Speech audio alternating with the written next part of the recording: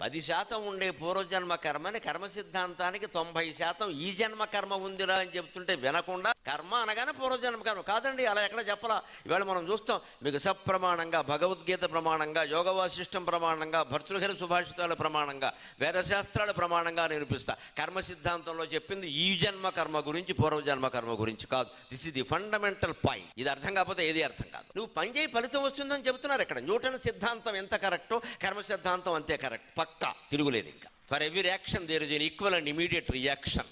Newton's third law. ప్రతి చర్యకి ఖచ్చితంగా ప్రతిచర్య ఉంటుంది.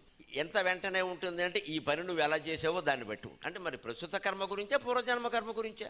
అసలు మనకి పెద్ద జబ్బు ఏమిటంటే కనపడే విషయాల కంటే మనకి తెలియని విషయాలు మాట్లాడటమే మనకి చాలా బాగుంటుంది. కర్మ సిద్ధాంతంలో 75% ఈ జన్మ కర్మ గురించి చెబుతున్నారు, పూర్వజన్మ కర్మ గురించి కాదు. అనవసరంగా మాయలో పడి మోసాలకు లోనవ్వకండి.